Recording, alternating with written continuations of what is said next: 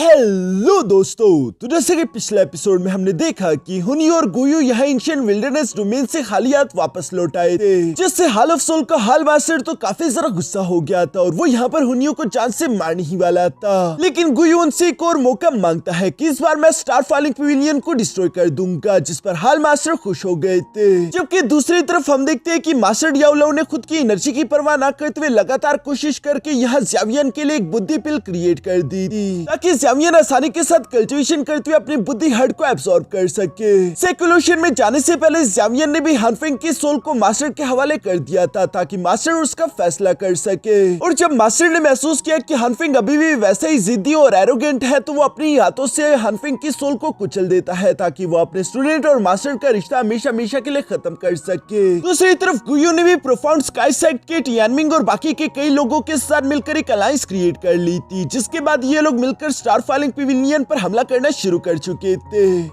अब आगे तो नेक्स्ट एपिसोड की शुरुआत यहाँ पर बिल्कुल उसी सीन से शुरू होती है, जहाँ पर हम देखते हैं कि दुश्मनों ने स्टार फॉलिंग पवेलियन की ग्रेट अरे पर हमले करना शुरू कर दिए थे। जहाँ स्टार रेल्म ग्रेट अरे पर दुश्मनों के अटैक्स होते हुए देखकर यहाँ स्टार फॉलिंग पवेलियन के सारे डिसाइपल और एल्डर्स घबराते हुए फौरन से अपनी अपनी पोजीशन को संभालने के लिए यहाँ वहाँ भागने लगे। मास्टर डियाब्लो भी अपने साथियों के साथ मिलकर बाहर की तरफ आ गया था, ताकि वो देख सके कि आखिर वहाँ पर चल क्या रहा है। जहाँ पर आने के बाद वो देखते हैं कि उनकी स्टार रेल्म ग्रेट अरे में कई सारे क्रैक्स पड़ चुके थे, और वहाँ पर मौजूद कुछ डिसाइपल्स यहाँ पर मास्टर डियाब्लो से सवाल करते हुए पूछते हैं कि मास्टर डियाब्लो, क्या ये स्टार रेल्म ग्रेट अरे इन लोगों के सामने टिक पाएगा या नहीं। इस सवाल के साथ हम देखते हैं कि स्टार रेल्म ग्रेट अरे ने दोबारा से रिकवर करना शुरू कर दिया था, जो देखकर बाकी सब लोग तो खुश हो रहे थे कि शायद दुश्मन इस अरे को तोड़ नहीं पाए। लेकिन मास्टर डियाब्लो को कुछ गड़बड़ लग रही थी, और मास्टर डियाब्लो का शक यहाँ पर बिल्कुल सही निकला, क्योंकि तभी अचानक अगले लम्हे हम देखते हैं कि वहाँ पर एक बहुत ही ज्यादा पावरफुल अटैक सीधा आकर यहाँ स्टार रेल्म ग्रेट अरे से टकरा गया, जो कि उसे बहुत ही बुरी तरीके से शैटर कर देता है। ये देखकर सब लोग पैनिक कर गए थे, लेकिन मास्टर फेंगशियान शांत रहते हुए अपने एल्डर्स से कहते हैं कि चलो एल्डर्स, मेरे साथ मिलकर सेकंड फॉर्मेशन अरे एक्टिवेट करना शुरू करो। जो सुनकर यहाँ स्टार फॉलिंग पवेलियन के एल्डर्स भी बिल्कुल ऐसे ही करते हैं, और मास्टर फेंगशियान के अंडर रहते हुए सारे के सारे एल्डर्स ने मिलकर यहाँ पर हर एक हॉल के ऊपर एक डिफेंस फॉर्मेशन क्रिएट कर दी थी, जो देखकर स्टार फॉलिंग पवेलियन के डिसाइपल और एल्डर्स को थोड़ा सा सुकून आया कि अब शायद वो लोग सेफ है। मगर दूसरी तरफ मास्टर डियाब्लो तो जानते रहे कि ये बस सिर्फ शुरुआत है, दुश्मन आखिरकार यहाँ पर पहुंच चुके। और मास्टर डियाब्लो की ये बात बिल्कुल सही थी, क्योंकि तभी अचानक हम देखते हैं कि 3 दुश्मन सेक्ट वाले वॉरियर्स टेलीपोर्ट करके यहाँ पर पहुंच चुके थे, जिनमें एक तो फेंगली पवेलियन के थे, दूसरे थे आइस ग्लेशियर वैली के, और तीसरे थे यहाँ स्काई प्रोफाउंड सेक्ट वाले लोग, जिन्हें लीड स्काई प्रोफाउंड सेक्ट का ग्रेट एल्डर टियानमिंग ही कर रहा था। और वो धीरे धीरे चलता हुआ बाहर की तरफ आ जाता है, जहाँ वो मुस्कुराकर सामने की तरफ देखते हुए कहता है कि मास्टर डियाब्लो, तुम्हें देखे हुए काफी अरसा हो गया, आखिर कैसे हो तुम। दूसरी तरफ मास्टर डियाब्लो भी उसे देखकर कहता है कि ये तो ओल्ड डीमन टियानमिंग है, आखिर तुम अब तक जिंदा कैसे हो,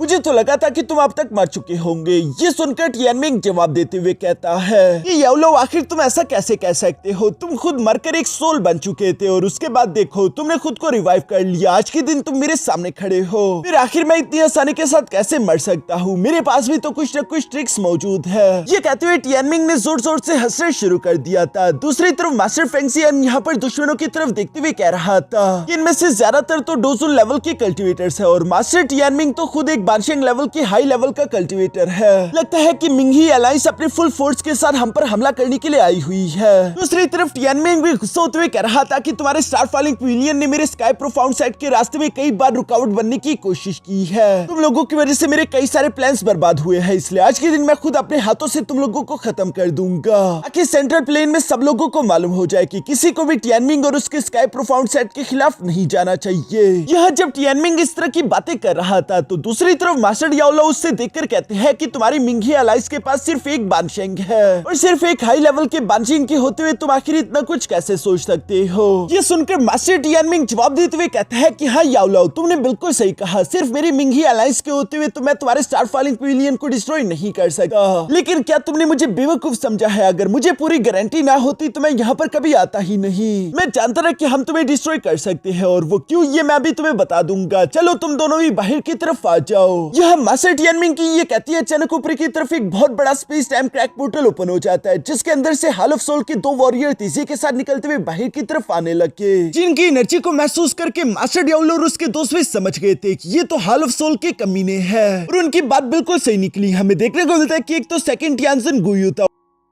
और दूसरा था थर्ड टियानसुन, जो कि एक बानशिंग लेवल का वॉरियर है। यह थर्ड टियानसुन के दोनों हाथ बंधे हुए थे, यानी कि उसे जबरदस्ती यहाँ पर लाया गया था। वो यहाँ पर गुयू से कह रहा था कि सेकंड टियानसुन, मैं सेकुलेशन में बैठा हुआ था और तुम मुझे जबरदस्ती खींचकर यहाँ पर लेकर आए, सिर्फ इस मामूली स्टार फॉलिंग पवेलियन को डिस्ट्रॉय करने के लिए। ये कहते हुए गुस्से के साथ अपने एक हाथ को छुड़वाते हुए कहता है कि ये तो मेरे सामने कीड़े मकोड़ों की तरह है, जिन्हें तो मैं सिर्फ अपने बाएं हाथ से कुचल दूंगा। जिस पर मास्टर गुयू जवाब देते हुए कहता है कि नहीं, हमें सिर्फ स्टार फॉलिंग पवेलियन को कुचलना ही नहीं है, बल्कि साथ ही साथ हमें ज़ावियन को भी यहाँ से अपने साथ हाल ऑफ सोल लेकर जाना होगा। ये कहते हुए मास्टर गुयू वहाँ चारों तरफ ज़ावियन को ढूंढने लगा, लेकिन ज़ावियन तो उसे कहीं पर भी दिखाई नहीं दे रहा था। दूसरी तरफ मास्टर डियाब्लो तो गुयू को देखते हुए गुस्सा होकर कहते हैं कि इसका मतलब कि बुढ़ाओ गुयू, ये सारा के सारा तुम्हारा ही प्लान था, तुमने ही ये षड्यंत्र रचा होगा, मुझे मालूम है। ये सुनकर दूसरी तरफ गुयू मास्टर डियाब्लो को जवाब देते हुए कहता है कि हमारी पुरानी दोस्ती के खातिर मैं तुम्हें आखिरी मौका देता हूँ, ज़ावियन को हमारे हवाले कर दो, उसके बाद मैं तुम्हारी लाश के ज़रा टुकड़े नहीं करूंगा। जो सुनकर तो मास्टर डियाब्लो भी गुस्से में आते हुए कहता है कि अगर तुम्हें फाइट ही चाहिए तो ठीक है, हम तुम्हें फाइट देंगे। ये कहते ही मास्टर डियाब्लो ने अपनी पावर एक्टिवेट कर ली थी, जो देखकर मास्टर डियाब्लो के दोस्त भी बिल्कुल ऐसे ही करते हैं। जबकि टियानमिंग तो ये देखकर मास्टर डियाब्लो पर हंसते हुए कह रहा था कि तुम लोग खुद की पावर को कुछ ज्यादा ही ओवर एस्टिमेट कर रही हो, क्योंकि स्टार फॉलिंग पवेलियन की किस्मत में ही आज के दिन खून में नहाना है और उसे कोई नहीं बदल सकता। ये कहते ही टियानमिंग ने भी फौरन से अपने सोल्जर्स को ऑर्डर दे दिया था कि हमला करना शुरू करो। जो सुनकर मिंगी अलायंस के जितने भी सोल्जर्स थे वो फौरन से अपने फॉर्मेशंस को एक्टिवेट करके यह स्टार फॉलिंग पवेलियन पर अटैक करने की कोशिश करते हैं, जबकि स्टार फॉलिंग पवेलियन के डिफेंस फॉर्मेशन उनके अटैक्स को ब्लॉक कर रहे थे। दूसरी तरफ मास्टर डियाब्लो ने भी अपने साथियों को समझा दिया था कि हमें इनसे फाइट करने की कोई जरूरत नहीं, बस अंदर रुककर दुश्मनों के थकने का इंतजार करो ताकि वो थोड़े से एग्जॉस्ट हो जाए, उसके बाद ही हम उन पर हमला करेंगे। जबकि साथ ही साथ मास्टर डियाब्लो अपने मन में कह रहे थे कि फेंगजियान, तुम्हें थोड़ी और देर तक इन डिफेंस फॉर्मेशन को बनाकर रखना होगा। यहाँ पर हम देखते हैं कि डिफेंस फॉर्मेशन से लगातार आकर कई सारे अटैक्स टकरा रहे थे, लेकिन डिफेंस फॉर्मेशन पर खरोच तक नहीं आ रही थी। जो देखकर तो मास्टर टियानमिंग भी स्टार फॉलिंग पवेलियन की इस डिफेंस फॉर्मेशन से इंप्रेस हो गया। वो समझ चुका था कि ये डिफेंस फॉर्मेशन तो काफी ज्यादा पावरफुल है, हम इसे इस तरीके से नहीं तोड़ सकते, इसलिए वो यहाँ पर मौजूद सेकंड टियानसुन और थर्ड टियानसुन से कहता है कि तुम दोनों भी मेरे साथ आओ, हम मिलकर पहले इस डिफेंस फॉर्मेशन की कोर को डिस्ट्रॉय करेंगे, जो कि मास्टर फेंगजियान था, उसके बाद ये फॉर्मेशन खुद ब खुद टूट जाएगी। मास्टर टियानमिंग की ये बात सुनती सेकंड टियानसुन और थर्ड टियानसुन भी फौरन उसके साथ रवाना हो गए और ये तीनों तेजी के साथ मास्टर फेंगजियान की तरफ बढ़ते जा रहे थे। जो देखकर मास्टर डियाब्लो तो परेशान हो गए, वो फौरन अपने दोस्तों से कहते हैं कि चलो हमें इन तीनों को रोकना होगा। जो सुनकर क्वीन मेडुसा, पॉइजन गर्ल और मिस किनलिन तीनों ही यहाँ मास्टर डियाब्लो के साथ रवाना हो गई। मास्टर टियानमिंग ने देख लिया था कि नीचे से दुश्मन आ रही है, इसलिए वो गुयू से कहता है कि चलो गुयू, हम दोनों मिलकर पहले उनसे निपटते हैं। जबकि दूसरी तरफ गुयू ने थर्ड टियानसुन से कह दिया था कि जब तक हम इनसे निपट रहे हैं तब तक तुम जाकर उस डिफेंस फॉर्मेशन के कोर को डिस्ट्रॉय कर दो। जो सुनकर थर्ड टियानसुन बिल्कुल ऐसे ही करते हुए सीधा सामने की तरफ बढ़ता रहा और वो यहाँ मेन फॉर्मेशन की तरफ बढ़ते हुए खुश होकर कह रहा था कि आज के दिन मैं देखना चाहता हूँ कि स्टार फॉलिंग पवेलियन आखिर मेरे कितने अटैक्स को झेल पाता है। ये कहती वो फौरन से अपनी शैटरिंग क्लॉ टेक्निक का इस्तेमाल करते हुए मास्टर फेंगजियान के उस डिफेंस फॉर्मेशन पर हमला कर चुका, जिसकी वजह से सारे के सारे एल्डर्स तो नीचे की तरफ गिर गए, सिर्फ मास्टर फेंगजियान ही हिम्मत करके अकेले खड़े थे। दूसरी तरफ मास्टर डियाब्लो तो ये देख लेते हैं, इसलिए वो क्वीन मेडुसा, पॉइजन गर्ल और मिस किनलिन से कहते हैं कि इन दोनों को मुझ पर छोड़ दो, तब तक तुम जाकर थर्ड टियानसुन को संभालो। मास्टर डियाब्लो की ये बात सुनकर ये तीनों ब्यूटीज फौरन यहाँ से रवाना हो गई, जबकि मास्टर डियाब्लो अकेले ही 2 पांचिंग लेवल के वॉरियर्स के साथ टकराने वाले थे, जो कि थोड़ा सा डेंजरस होगा, क्योंकि मास्टर डियाब्लो ने जब पिछली बार बुद्धि पिल रिफाइन की थी तो वो पूरी तरीके से एग्जॉस्ट हो चुके थे, लेकिन अभी तक वो फुल रिकवरी पर नहीं आए। लेकिन फिर भी मास्टर डियाब्लो इस बात की परवाह नहीं करते और वो इन दोनों दुश्मनों को घेरने के लिए फौरन से अपने सोल डोमेन को एक्टिवेट कर लेते हैं, जिसके अंदर फंसते हुए गुयू और टियानमिंग हैरान होते हुए कह रहे थे कि याओ तुम कुछ ज्यादा ही एरोगेंट हो रहे हो, तुम अच्छे से जानते हो कि एक सोल डोमेन कितनी ज्यादा तेजी के साथ एनर्जी ड्रेन करता है, तुम ज्यादा देर तक इस डोमेन को मेंटेन करके नहीं रख पाओगे, हमें बस सिर्फ तुम्हें ज्यादा से ज्यादा देर तक डिले करना है, उसके बाद हम लोग आसानी के साथ जीत जाएंगे। मास्टर डियाब्लो यहाँ पर उन दोनों की ये बातें सुन रहा था और वो अचानक से मुस्कुराकर कहता है कि चलो ठीक है, फिर इस खेल को शुरू करते हैं। और ये कहते ही मास्टर डियाब्लो ने फौरन से अपनी डोमेन के अंदर वहां चारों तरफ कई सारे मिरर्स समन कर लिए थे, जिनमें मास्टर टियानमिंग और गुयू दोनों एक दूसरे से अलग हो गए थे। यहाँ पर टियानमिंग मास्टर याओलो की तरफ देखते हुए कहता है कि चलो याओलो, माना कि तुम्हारी सोल पावर हमसे ज्यादा तगड़ी है, लेकिन इसका मतलब ये नहीं कि तुम अकेले ही 2 बानशियांग लेवल के कल्टीवेटर्स के सामने टिक जाओ। और ये कहती टियानमिंग तीसी के साथ मास्टर याओलो पर हमला करने के लिए बढ़ जाता है, मगर हमें देखने को मिलता है कि जिसे वो मास्टर याओलो समझ रहा था वो तो बस सिर्फ एक मामूली सा मिरर था, जबकि मास्टर याओलो तो पीछे की तरफ से निकलते हुए कहते हैं कि कौन जिंदा रहेगा और कौन मरेगा इसका फैसला जल्दी हो जाएगा, तुम फिक्र मत करो। ये कहते ही मास्टर डियाब्लो उस पर हमला करने वाले थे, लेकिन टियानमिंग ने मास्टर डियाब्लो के अटैक को डॉज करके तीसी से वहां से भागने का फैसला किया, जो देखकर तो मास्टर डियाब्लो मुस्कुरा रहे थे क्योंकि ये सोल डोमेन मास्टर डियाब्लो की है और यहाँ पर आखिर वो बचकर जाएगा कहाँ। हम देखते हैं कि मास्टर डियाब्लो एक मिरर में जाकर समा जाते हैं, जिसके बाद वो फौरन टियानमिंग के सामने वाले मिरर से अचानक बाहर की तरफ निकल आए और वो टियानमिंग से कह रहे थे कि आखिर तुम भागकर कहाँ जाओगे। यह इससे पहले कि मास्टर डियाब्लो टियानमिंग पर हमला कर पाता तभी अचानक बीच में गुयू कूद पड़ता है, जहाँ पर वो अपनी सोल चेंज का इस्तेमाल करते हुए 10,000 हेवनली सोल लॉक टेक्निक का इस्तेमाल कर रहा था ताकि वो मास्टर डियाब्लो की सोल को अपनी चेन्स के अंदर जकड़ सके, मगर हमें देखने को मिलता है कि मास्टर डियाब्लो ने तो उसी की सोल चेन को पकड़ लिया था, जो देखकर तो गुयू पूरी तरीके से शॉक हो जाता है क्योंकि उसे अपनी आंखों पर यकीन नहीं आ रहा था। उसे समझ ही नहीं आ रहा था कि कौन सा मास्टर डियाब्लो असली है और कौन सी मिरर्स है, जबकि दूसरी तरफ मास्टर डियाब्लो तो यहाँ पर गुयू के सोल चेन्स का इस्तेमाल करते उसे अपनी तरफ खींचकर उसे एक जोरदार पाम अटैक से हिट कर देते हैं, जिसके कारण मास्टर गुयू तो बुरी तरीके से इंजर्ड हो चुके थे।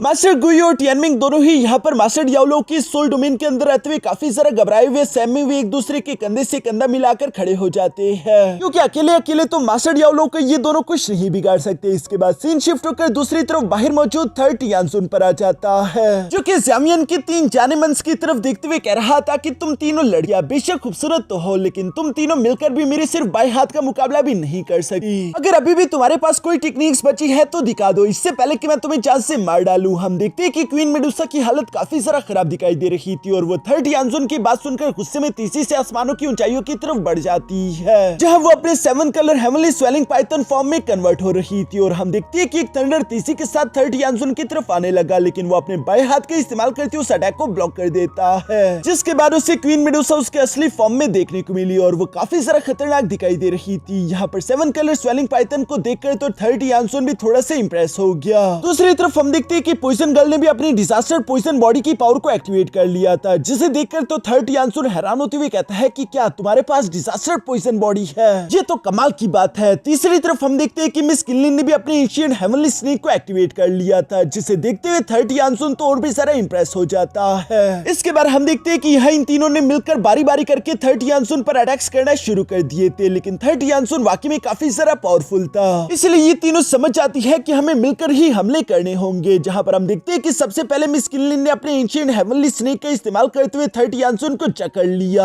जिसके बाद सेकंड बारी 7 कलर हेवनली स्वेलिंग पाइथन की आती है, जो कि तीसरी के साथ आकर यहाँ पर पूंछ से थर्ड टियानसुन पर हमला कर देती है। इसके बाद तीसरी बारी पॉइजन गर्ल की थी, जो कि अपने डिजास्टर पॉइजन बॉडी की पावर को एक्टिवेट करते हुए थर्ड टियानसुन से कह रही थी कि अब तुम्हारा फैसला हो गया है, आज के दिन तुम यहाँ से जिंदा नहीं जा पाओगे। और ये कहती है पॉइजन गर्ल ने अपने पॉइजन को थर्ड टियानसुन की बॉडी के अंदर इंजेक्ट करना शुरू कर दिया था, जिसकी वजह से थर्ड टियानसुन को तो काफी ज्यादा तकलीफ हो रही थी। वो बहुत ही बुरी तरीके से इन 3 खतरनाक लड़कियों के बीच फंस चुका था, नीचे से एंशिएंट हेवनली स्नेक, ऊपर से 7 कलर स्वेलिंग पाइथन और सामने की तरफ से डिजास्टर पॉइजन बॉडी। अब वो खुद को होल्ड बैक नहीं कर सकता, इसलिए हम देखते हैं कि वो गुस्से के साथ चिल्लाते हुए वहां पर एक बहुत बड़ा ब्लास्ट कर देता है, जिस ब्लास्ट के कारण ये तीनों लड़कियां पीछे की तरफ दिखेले गई। और हम देखते हैं कि यहाँ थर्ड टियानसुन ने अपने दूसरे हाथ को भी आजाद कर दिया, जहाँ वो जोर जोर से हंसते हुए कहता है कि पहले मैंने तुम तीनों लड़कियों को कुछ ज्यादा ही अंडर एस्टिमेट कर लिया था, मुझे लगा कि मैं सिर्फ अपने बाएं हाथ से ही तुम तीनों लड़कियों को हरा सकता हूँ, लेकिन मैं गलत था। अब मैं तुम लोगों के साथ असली खेल खेलने वाला हूँ। और ये कहती थर्ड टियानसुन तीसी के साथ उन तीनों लड़कियों की तरफ बढ़ने लगा।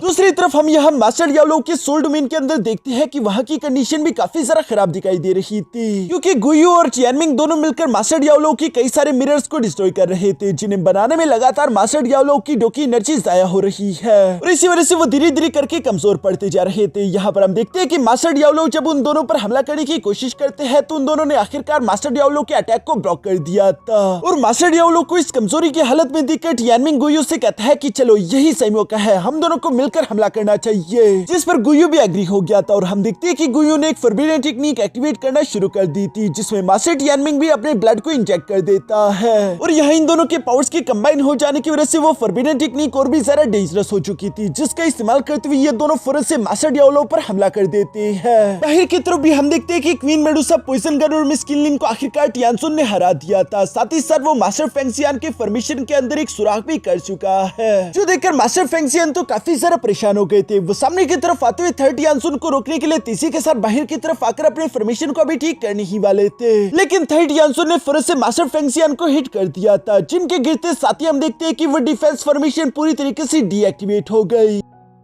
और सिर्फ यही डिफेंस फॉर्मेशन तो स्टारफॉलिंग पवेलियन को अब तक बचा कर रखी हुई थी। और इस डिफेंस फॉर्मेशन की डीएक्टिवेट होते ही हम देखते हैं कि मिंगी अलायंस के जितने भी सोल्जर्स थे वो खुश होते हुए फौरन से अपने फॉर्मेशंस को एक्टिवेट करते हुए स्टारफॉलिंग पवेलियन पर यहाँ अटैक्स की बरसात करने लगे, जो अटैक्स काफी ज्यादा पावरफुल थे। चारों तरफ स्टारफॉलिंग पवेलियन में तबाही मच चुकी थी, कई सारे वॉरियर्स मारे गए और बाकी बचे कुछ वॉरियर्स अब ऑर्डर का इंतजार नहीं करते, बल्कि वो भी कहते हैं कि चलो हमला करो। जो कहती वो वॉरियर तेजी के साथ हवा में मौजूद मिंगी अलायंस के सोल्जर्स की तरफ बढ़ने वाले थे, लेकिन फेंगली पवेलियन के एक एल्डर ये देखकर मुस्कुराते हुए कहता है कि तुम मामूली चींटियां, हम जैसे बड़े दरख्त को हिला नहीं सकती। और ये कहती वो अपने सोल्जर्स को ऑर्डर देते हुए कहता है कि 9 हेवंस लाइटनिंग प्रिजन अरे को एक्टिवेट करो। जो लाइटनिंग अरे काफी ज्यादा पावरफुल थी। हम देखते हैं कि इस लाइटनिंग अरे से जितने भी स्टारफॉलिंग पवेलियन के सोल्जर्स टकरा रहे थे वो फौरन से राख में कन्वर्ट हो जाते। अपने वॉरियर्स को इस तरह से मरता हुआ देखकर मिस किंगलुआन को तो काफी ज्यादा बुरा लग रहा था और एक लाइटनिंग अटैक यहाँ मिस किंगलुआन की तरफ भी बढ़ने लगा था, लेकिन मास्टर टियानहो वक्त पर रहते हुए यहाँ मिस किंगलुआन की जान बचा लेता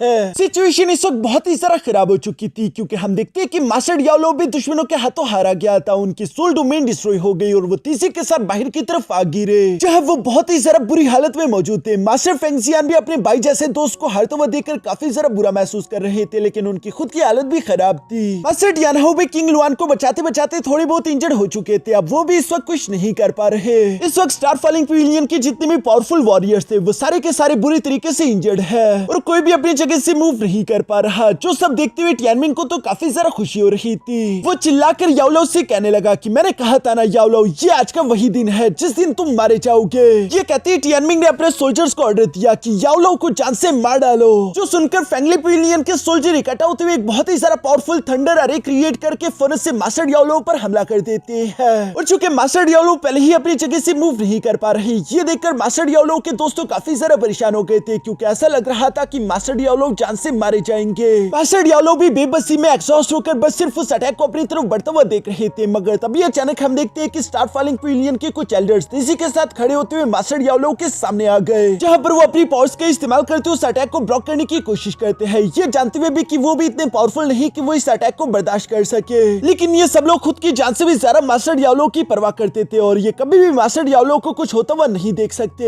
ये सब अपनी पूरी जान लगाकर उस अटैक को ब्लॉक करने की कोशिश कर रहे थे, जो सीन काफी ज्यादा इमोशनल था। मगर दूसरी तरफ टियानमिंग ये देखकर हंसते हुए कहता है कि तुम मामूली चींटियां इस बड़े से पहाड़ को नहीं रोक सकती, तुम लोग अगर कोशिश करोगे भी तो तुम सब मारे जाओगे। और हम देखते हैं कि बिल्कुल ऐसा ही हुआ। उस थंडर अटैक की वजह से स्टारफॉलिंग पवेलियन की ये सारे के सारे एल्डर पूरी तरीके से जलकर राख में कन्वर्ट हो जाते हैं। अपने साथियों को इस तरह से राख में बदलता हुआ देखकर मास्टर डियाब्लो तो बुरी तरीके से इमोशनल हो गए थे, जबकि टियानमिंग जोर जोर से इवल्स की तरह हंस रहा था। और वो हंसते हुए कहता है कि देख लिया ना कि मिंगी अलायंस के सामने खड़े होने का क्या अंजाम होता है। मगर अभी वो ये सब कह ही रहा था कि तभी अचानक एक पहाड़ी के ऊपर से काफी ज्यादा खतरनाक आग समन हो गई थी, जिसे देखकर तो सब लोगों का ध्यान उसी तरफ खींचा चला गया। और उस आग के अंदर से ज़ावियन की आवाज आ रही थी, जो कि कह रहा था कि यहाँ पर जो भी स्टारफॉलिंग पवेलियन का मेंबर नहीं है वो सब मरने के लिए तैयार हो जाए, उनमें से कोई भी जिंदा नहीं बचेगा। किसी को भी समझ नहीं आ रहा था कि आखिर ये सब चल क्या रहा है। सिर्फ मास्टर गुयू ही समझ गया था कि ये आवाज तो ज़ावियन की है, जिसके साथ ही हम देखते हैं कि सबसे पहले तो ज़ावियन ने आसपास की स्पेस को सील कर दिया था ताकि कोई भी यहाँ से टेलीपोर्ट करके भाग ना सके। इसके बाद वो अपनी टेरिफाइंग फ्लेम का इस्तेमाल करते हुए एक बहुत ही ज्यादा खतरनाक spiral flame tornado technique create करके फौरन से यहाँ मिंगी अलायंस के सोल्जर्स पर हमला कर देता है। जो अटैक इतना ज्यादा टेरिफाइंग और फास्ट था कि उससे सिर्फ यहाँ पर मास्टर टियानमिंग, थर्ड टियानसुन और सेकंड टियानसुन ही बच पाए। बाकी मिंगी अलायंस के जितने भी वॉरियर्स थे वो पूरी तरीके से जलकर राख में बदल गए, उनकी एक निशानी तक नहीं बची। ये खौफनाक नजारा देखकर तो टियानमिंग, सेकंड टियानजुन और थर्ड टियानजुन काफी सारा घबरा चुके थे, जबकि दूसरी तरफ हम देखते हैं कि ज़ावियन ने स्पेस सील को और भी जरा छोटा कर दिया था। अब आखिरकार मास्टर गोयू को असली ज़ावियन दिख जाता है, जो कि फ्लेम टोर्नेडो के अंदर खड़ा था, और उसे देखते ही मास्टर गोयू समझ जाता है कि ये तो एक डोशेंग है। दूसरी तरफ ज़ावियन के 200 स्टारफॉलिंग पिलियन के सोल्जर्स भी यहाँ पर ज़ावियन को सेकुलेशन से बाहर आता हुआ देखकर काफी सारा खुश हो गए थे कि आखिरकार यंग मास्टर बाहर आ गए, उनकी सेकुलेशन खत्म हो चुकी है। दूसरी तरफ यहाँ स्पाइरल टोर्नेडो के अंदर हम देखते हैं कि ज़ावियन इस वक्त काफी सारा खतरनाक और कूल दिखाई दे रहा था। वो सीधा सीधा डोसुन लेवल से ब्रेक थ्रू करके डोशेंग लेवल पर पहुंच चुका है, जबकि उसने बांचिंग लेवल को तो पूरी तरीके से स्किप ही कर दिया। ये सब कुछ उस एंशिएंट बुद्धि हट की वजह से हुआ है। हम देखते हैं कि ज़ावियन के पीछे काफी कूल तरीके से कई सारी स्पाइरल रिंग्स बनना शुरू हो गई थी, जिसकी वजह से ज़ावियन काफी सारा टेरिफाइंग लग रहा था और वो पूरी तरीके से ट्रांसफॉर्म हो चुका है। यहाँ पर ज़ावियन का एक एक कदम काफी सारा फास्ट था और उसके हर एक कदम में इतना सारा प्रेशर था जैसे कि एक पूरा की पूरा वोल्केनो पड़ जाता हो। ये सीन वाकई में दिखने में काफी सारा कमाल का था। ज़ावियन आखिरकार अपने एम्परर ज़ावियन वाले फॉर्म में आ चुका है, वही फॉर्म जो कि हम लोगों को द ग्रेट रूलर एनिमे में भी दिखाया गया है। दोस्तों, अगर आप लोगों को द ग्रेट रूलर एनिमे में अभी इंटरेस्ट आ रहा है तो मैं उसे आप लोगों के लिए दोबारा एक्सप्लेन करना शुरू कर सकता हूँ, लेकिन अगर आप चाहते हो कि मैं आप लोगों के लिए वो एनिमे एक्सप्लेन करूँ तो मुझे बहुत सारे लाइक्स और कमेंट्स चाहिए, ताकि मैं देख सकूं कि कितने लोग उस एनिमे में इंटरेस्टेड है। तो चलो फिर इस जबरदस्ती सीन के साथ हमारे आज के एपिसोड को खत्म करते हैं।